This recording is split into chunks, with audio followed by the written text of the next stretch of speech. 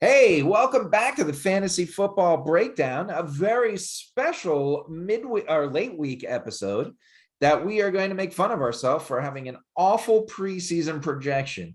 Actually, we didn't do that bad, but we are back for an extra special episode this week. And joining me, as always, are the great Mike Dunton and Chris Fiamano. Gentlemen, Fee, how you doing? Doing great. Yeah. Ready to jump right in and see how poorly we were. Dutton, how you doing over there? I'm doing all right. I'm just trying to figure out or recall what we were talking about way back, the amount of times we did this, and now it's actually real fantasy time. So. I know. So let's get started and look at, remember, we did this a bunch of times and we came up with our preseason top 12. We're at the midway point of the fantasy football season with 14 weeks now. So let's see how our top 12 looked and how hit or miss we did. Number 1 was Christian McCaffrey. Number 2 was Dalvin Cook. Number 3 was Alvin Kamara. Number 4 was Aaron Jones. Number 5 was Travis Kelce. Number 6 was Devontae Adams. Number 7 was Zeke. Number 8 was Derrick Henry. Number 9 was Tyreek Hill. Number 10 was Jonathan Taylor. Number 11 was Saquon Barkley. Oh, yeah, we had a tie. I remember this now. Nick Chubb and Austin Eckler came in at number 12. We didn't do that poorly. Obviously, Christian McCaffrey is a bust. I think where we made the big mistake is who would be, I think it has to be the fantasy number 1 right now. And that was where me and Fee missed the boat, if you remember. And Dutton did not relent. And it's got to be Derrick Henry, right? I mean, midseason point fantasy. He's in his own cat. He's like 300 yards ahead of number 2 right now. Right. And he threw a touchdown did he throw a touchdown this week? He did. Week? He threw a touchdown this week.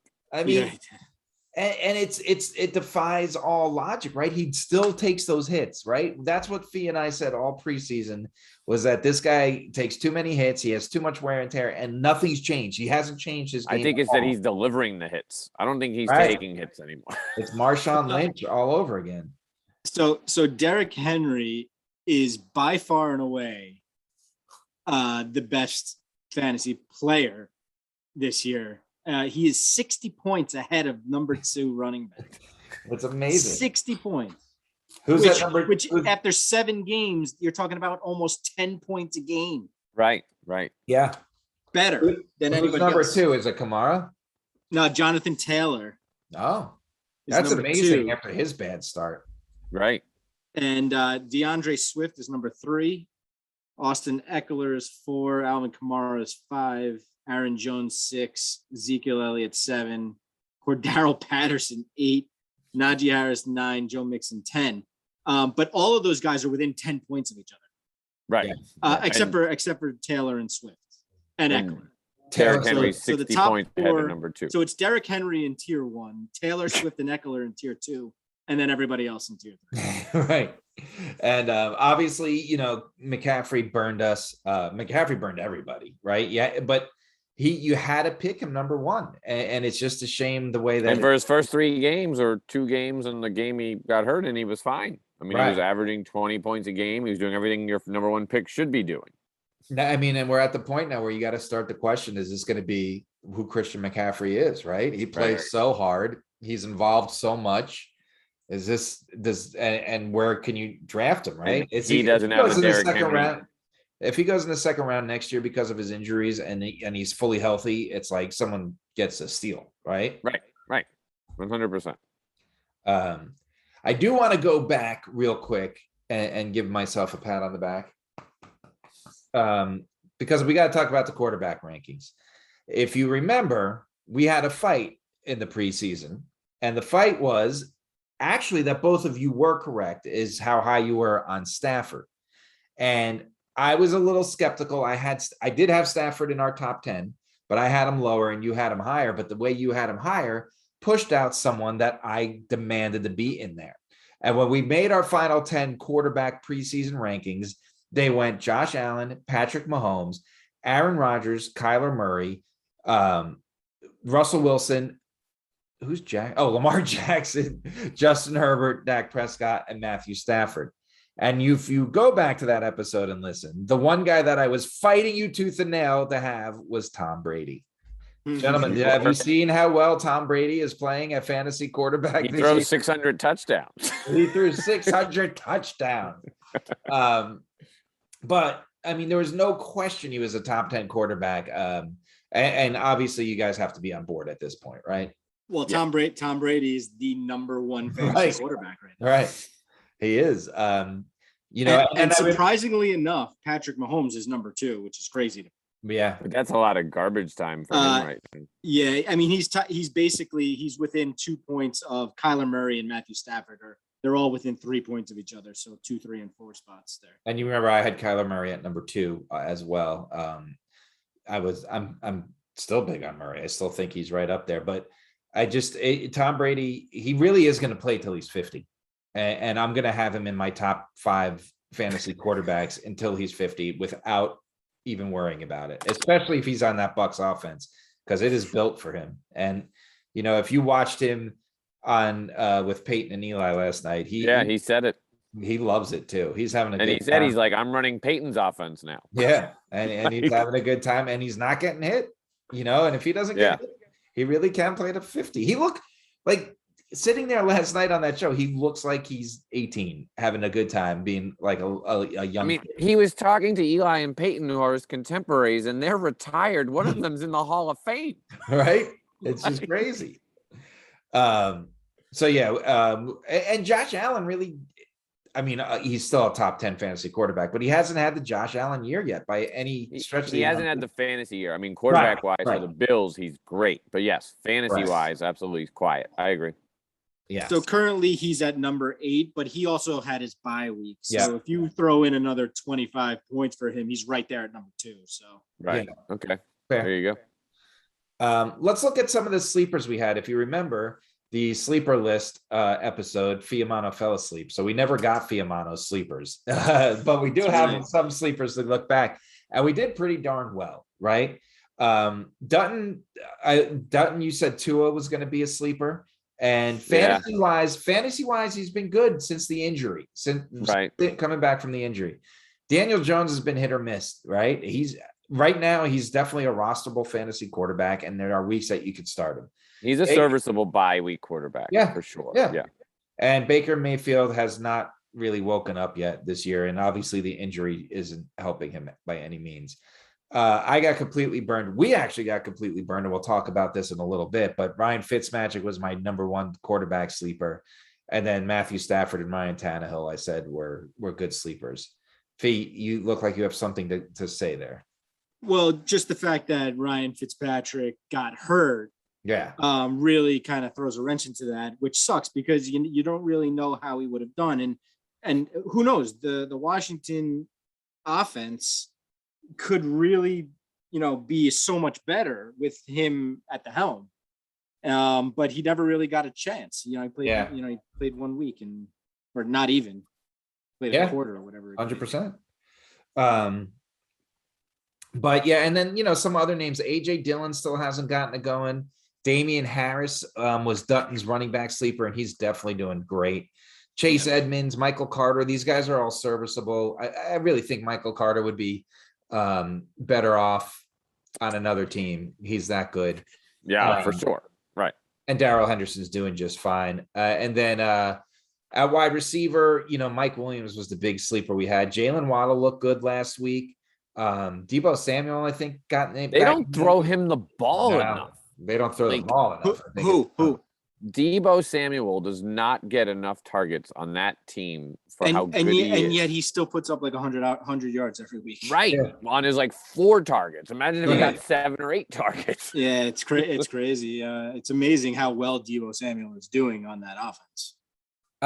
Chase Edmonds is a sleeper that I want to talk about because the guy's getting yards and receptions, but it's clear that they've made James Conner the touchdown guy. He is the touchdown machine on that team. And that's the way to keep him healthy, right? The big thing with James Conner is that he gets banged up so easily. So I mean, if that's what works, you got a dangerous 1-2 punch. It's almost like and you both will recognize this because we've been in fantasy together so long. It's the Warwick Dunn, Mike Allstott of the late 90s, right? Yep. Where or Willie Parker, Jerome Bettis. Right. Chase Edmonds runs from the 20 to the 20, and then it's James Conner time. for sure.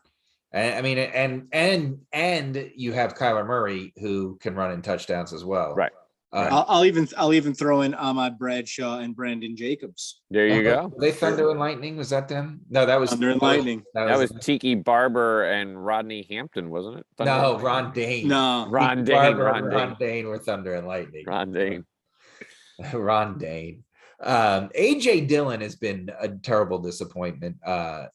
I thought he was going to have a larger role. We talked about He's not Lord playing Mayor. enough. yeah, he's just not playing. Aaron Jones is just. I And mean, we talked about they it. just feed him. Yeah, we Constantly. were high on him because of the whole load management, but Aaron Jones is the bell cow, and he's not letting up. I feel like there are some teams that are doing the load management thing and trying to, For sure. specific. Arizona is a prime example of that. They're Yeah. splitting up those carries, especially when they get into the goal line. The Packers are doing the complete opposite. They're going to run Aaron Jones into the ground until Yeah. he's toast, which may come, week 12, 13, 14, whatever it is, and then let AJ Dillon finish out the season the last 3 or 4 weeks of the year. And then who knows, maybe Aaron Jones is back. Right. Is back for the playoffs. Right. Yeah. Yeah. And that's a nice little segue you have for us, Fee, running into the ground, because that's what the Steelers are doing with our consensus pick for Rookie of the Year in the preseason. Najee Harris is on the field 1,000,000,000% of the time. He actually broke the 100% barrier and is now on the field 1,000,000,000% of the time. He's playing special teams and defense at this point. Yes. But he's doing great. He is doing great. All three of us picked him for Rookie of the Year. I think here at the halfway point, we touched on it a couple episodes back that we might be thinking a different tune. Fee, I'll let you start on what you think, and I'll chime in on something, but go ahead. Yeah, so I said it a couple of weeks ago to put your money on Jamar Chase as the Yep. offensive rookie of the year. And that was, I think, 2 or 3 weeks ago. So he was doing amazing prior to that, but now he's just even blown up even more Right. since I said that. Yeah. I'm not backing off of that at all. I don't know if he's the odds-on favorite now with Vegas for Rookie of the Year. I would imagine he probably should be if someone were to look up the odds. I got you. Right. But I mean, I'm sticking to my guns here and saying that Jamar Chase is going to be your offensive Rookie of the Year, barring any kind of injury or something like that. Even with Najee Harris doing what he's doing. Dutton, what are you thinking now? I mean, it's got to be Jamar Chase. Jamar Chase is the odds-on favorite. He is the Vegas favorite, plus 110. The next closest is Mac Jones at plus 400, and then Najee Harris at plus 800. Woo-wee. So, I mean, it's funny, right? What was the knock on Jamar Chase coming into the league? He couldn't catch. How's that going for him, right? He's doing pretty well at that. Yeah, right. I mean, it's just something about the stripes of the college football. Yeah, look, the guy is back reunited with his college quarterback. They're now comparing Joe Burrow to Tom Brady. That got crazy real fast today and yesterday. I mean, but you know what? It's fun that the Bengals are fun and relevant. I agree. Because for so long they weren't, right? And for so long we were just tired of, Marvin Lewis taking him to the playoffs to lose a game. So, yeah, but it was always to the Texans, so I liked it. Right. But yeah, I mean, Jamar Chase, hands down, is the most exciting rookie to be watching in the league right now. I mean, the guy takes a 5-yard screen pass 80 yards, or the guy goes 65 yards, makes a one-handed grab on the sideline. Like, he can do it all. Like, it's just fun to watch. His stats have been insane for a rookie. He's surpassed what Odell Beckham did as a rookie, which was insane in and of itself. As far as total catches through 7 games and total yards, touchdowns, like he's just like even surpassed those numbers. And you think about that, right, Fee? That's a great reference point. Randy Moss was playing with Warren Moon, like a Hall of Fame quarterback. Like, this is Joe Burrow coming off ACL surgery, year 2. Yeah. So I think what you said when we were talking about it a couple episodes back, I really like Najee Harris still. I do, but I do agree with something you said, Fee, and that is he's a rookie. He's a running back. and it's a 17-week season. And if he can keep this up for 17 weeks at a obviously a much more you're getting more beat up at running back, right? And so if he can keep it up, then he's definitely rookie of the year. But I don't think there's a seasoned veteran running back that could keep it up at the pace that he's going, the way that he's on the field every play and how involved he is. And the Steelers aren't good.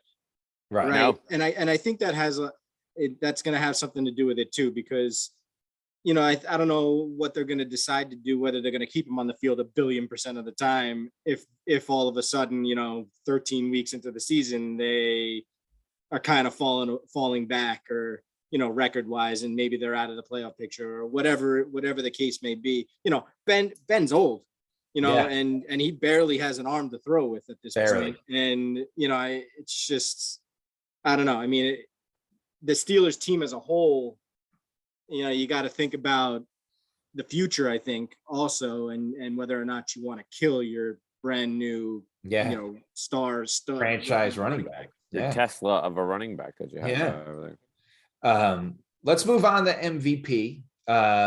Fee had Josh Allen. Dunton had Aaron Rodgers in the Last Dance year that you kept referring it to. And I had Kyla Murray. Right now, I think we talked about him as the number one guy, right? I think is Derrick Henry the fantasy MVP is what we're talking about. Is that halfway point? I think it's got to be Derrick Henry. He's just far and away the most impressive running back, and he's just absolutely lapping the field when it comes to the running back position. Tom Brady is the number one quarterback, but fantasy-wise, he's only 15 points ahead of the next best guy, which, you know, after 7 games, that's 2 points per game. Right. So it's not like he's completely blowing away everybody else.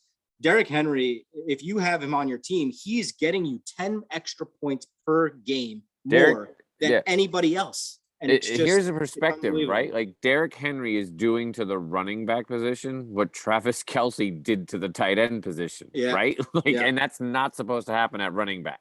Like they're supposed to be neck and neck and close, and like, oh, I could have picked this guy. I lost 12 points on a season, not 12 points a game. I mean, and that's the thing. You could look at all the analytics in the world with Derrick Henry, and he's not supposed to be doing this, right? Right. No running back has ever ran for 2,000 yards in a season, and then A, made it through the next season, or B, did anything good. And Derrick Henry's already almost beyond most of the numbers that those 2,000-yard running backs put up in their follow-up season, and we're at the halfway point, right? I mean, it's just ridiculous. Yeah, I mean, he's on pace for another 2,000 yards. Yeah. Almost, right? Yeah, like, I mean, he's up there. So, yeah.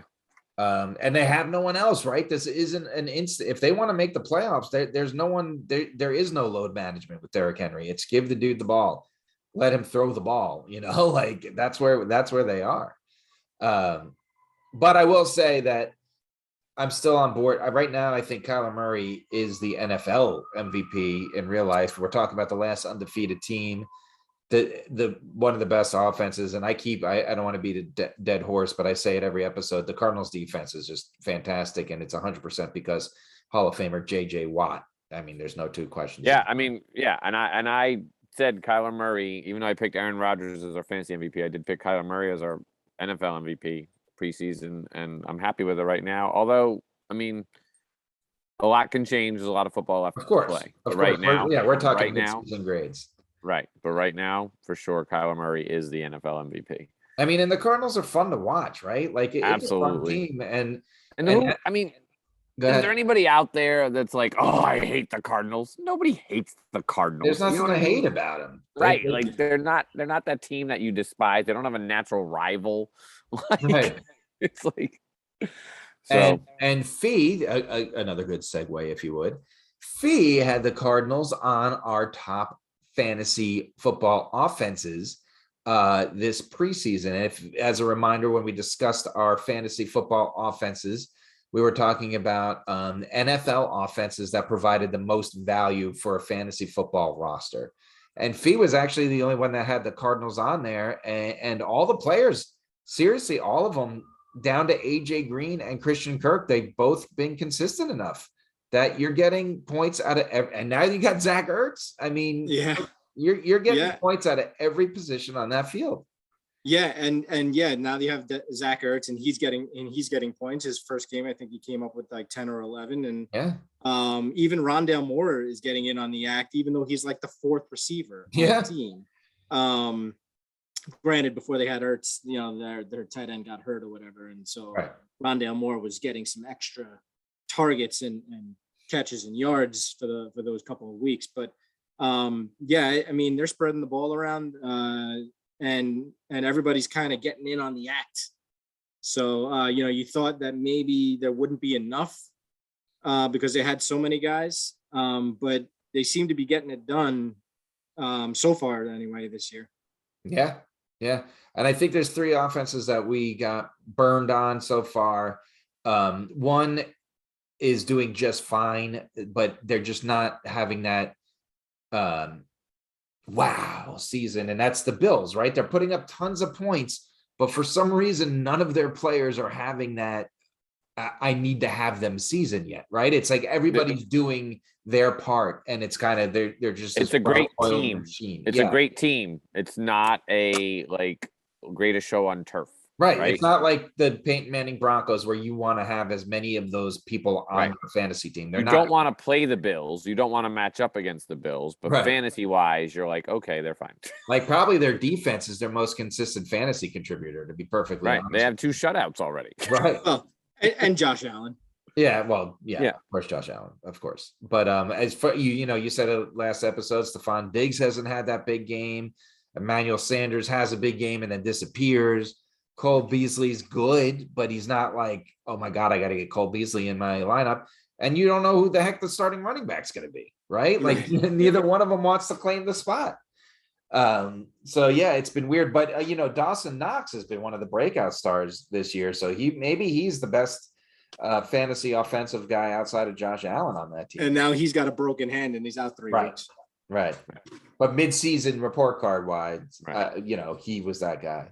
Yeah. Another team, and it's just been decimated by injuries, but all three of us were big on the Washington football team. We talked about them all year. We thought they were going to be the best team in the NFC East. Fitzmagic is a big part of the problem. Samuel is a big part of the problem. We're talking about 2 big injuries, but let's face it. And Fee talked about it maybe 2 weeks ago on the show, how he keeps getting burned, but McKissick and Gibson cannot get it going, right? They haven't. And that not having that running game has hurt them, especially Heineke we saw is good enough to lead the team, but no Samuel, no Logan Thomas, and a busted backfield that's not getting the job done. Yeah, I mean, they've got tons of injuries. Logan Thomas has been out forever. Yeah. Obviously, Fitzmagic. But the lone bright spot on this team, Terry McLaurin, there he is still the 11th best fantasy receiver in the league, even with all the bullshit that they've had to deal with. He is still the 11th best receiver in fantasy wise, just behind Cordero Patterson and who's really a running back, Mike Williams and DK Metcalf. Yeah. Yeah, and we know that you love him. 2 teams that all 3 of us were in on that are not upsetting us are the Cowboys and the Vikings. And Kirk Cousins will have the week where he maddens you and you can't believe that you actually started him. But overall this year, he's been pretty darn good. I remember we talked about it in the preseason. There was so many pundits that called Adam Thielen, this is going to be his bust season. And none of us, the 3 of us, we couldn't figure out how you would possibly think Adam Thielen is a bust. Jefferson's doing just fine. Cook, Madison, we talked about it coming into the season that he was supposed to be this big handcuff, and last year he didn't show it. This year he had to start 2 games and he was sensational in both. So you're just getting fantasy points up and down the board. And the Cowboys, we talked about in the preseason, we talked about Dak being healthy and Zeke being healthy and CeeDee Lamb and Cooper, and we didn't even have Dalton Schultz in the mix. And now you have one of the best fantasy scoring tight ends. So they're even deeper. That we were already high on that fantasy offense, and they're even deeper than we thought they would be. Dutt, what do you think about those teams?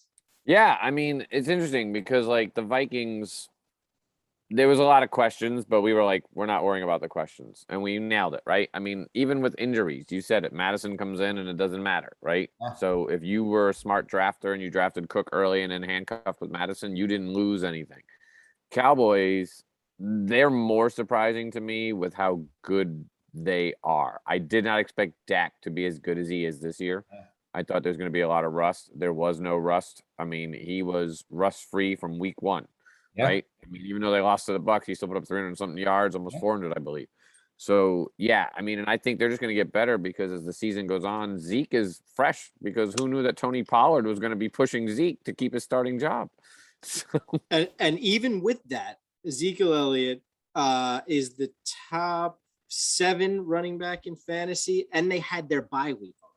Yeah. So, right. I mean, if you give him, say 15, 20 more points for that 1 week, he jumps up to the number 2, number 3 running back fantasy wise. And Right. now we have to And that's even with Tony Pollard pushing him. right. Yeah. Oh, there's another guy I didn't even throw in there. Tony Pollard. You have to start him in fantasy now. He's Right. a startable piece. And now, of course, we're coming out.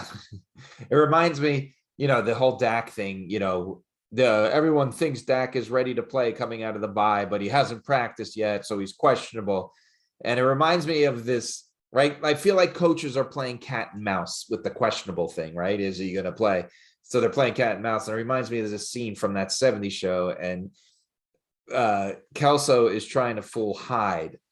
And Kelso goes, the game of cat and mouse has begun. And Fez turns to Foreman and goes, what happens in cat and mouse when they're both idiots? And that's how I feel the fantasy football season is going this year, right? These teams are playing cat and mouse and they're like fooling themselves and they forget whether or not they're going to play. So for the Cowboys to keep it up, obviously Dak is pivotal. And so hopefully the injury, he comes out and they're just playing mind games and he's going to be ready, because the two teams we talk about are playing this Sunday night. Vikings and Cowboys are playing this Sunday night. There should be about 1 billion fantasy points in that game on that field. That's a good Sunday night game for me to watch, is a game that there's that many fantasy points flying around. Right. And now, we go, Washington football team was a team that all 3 of us were on, and it burned us. And then, they were our number 1 and our number 2 was the Chiefs. And now they're in a world of hurt, right? No Clyde Edwards-Helaire, who actually looked good again. Mahomes is banged up, so Fee, what's going on in Kansas City? Well, I think that they're just too one-dimensional. People are taking away Kelsey and taking away Tyreek Hill, and they got nothing left. Yeah. And, losing Edwards-Helaire definitely hurt, but I feel like they were struggling even with him. I don't know if it's because they didn't really have a good running game or a good enough running game. I can't really put my finger on what's going wrong with their offense, because it's not, their defense is terrible, but even just being one-dimensional, the Chiefs were always still good enough to still beat you regardless. And they're not doing that. I don't know. I haven't watched enough Chiefs games to know exactly what's going on. I don't know if their offensive line is just that bad. It's terrible. Listen, I'll be the first person to tell you that offensive line is probably the number 1 thing that you need in professional football to have to be a decent team. The Giants have struggled year in and year out with it, and it drives me absolutely crazy. Everyone's like, Daniel Jones, he sucks, he's terrible. Daniel Jones is a very good quarterback, and people just aren't seeing it because of how awful the Giants' offensive line is. Yeah. Okay. If you don't have an offensive line to give your quarterback time, they're going to be terrible. Look at Patrick Mahomes the last 2 weeks. He has not been good. And you're going to tell me that Patrick Mahomes, he's not a good quarterback. No one's saying that, because you already know that he's a good quarterback, right? And I'm not trying to compare the Giants to the Chiefs. That's kind of ridiculous. Or Daniel Jones to Patrick Mahomes. Well, they play each other Monday night. Why is that a Monday night? and how funny that the 2 of them are playing this week. But offensive line is a gigantic part of a team's offense. Yeah, just ask Tom Brady. That's why he's so good. you're going to struggle. I mean, that's why the Colts are good, right? There's no one really Right. great on the Colts for the past 5 years, but they've had that offensive line that's how. Yeah. So yeah, and it is in large part. I think, right, weren't all 5 starters new on the offensive line this year, I believe, for the Chiefs. I think that was the deal. Yes. There's at At least one 3 point of them. there was. Yeah, I don't know if it's all the time, but at one point they, because of injuries and whatnot, they were Yeah. So 5 new starters.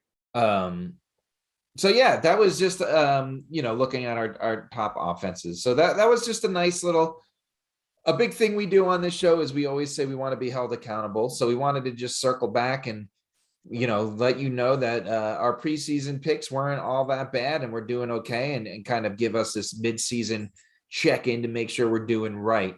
We'll be back next week with your regular starts and sits, and hopefully you enjoyed this extra special show this week. Good luck with your fantasy games. We'll see you next week on the Fantasy Football Breakdown.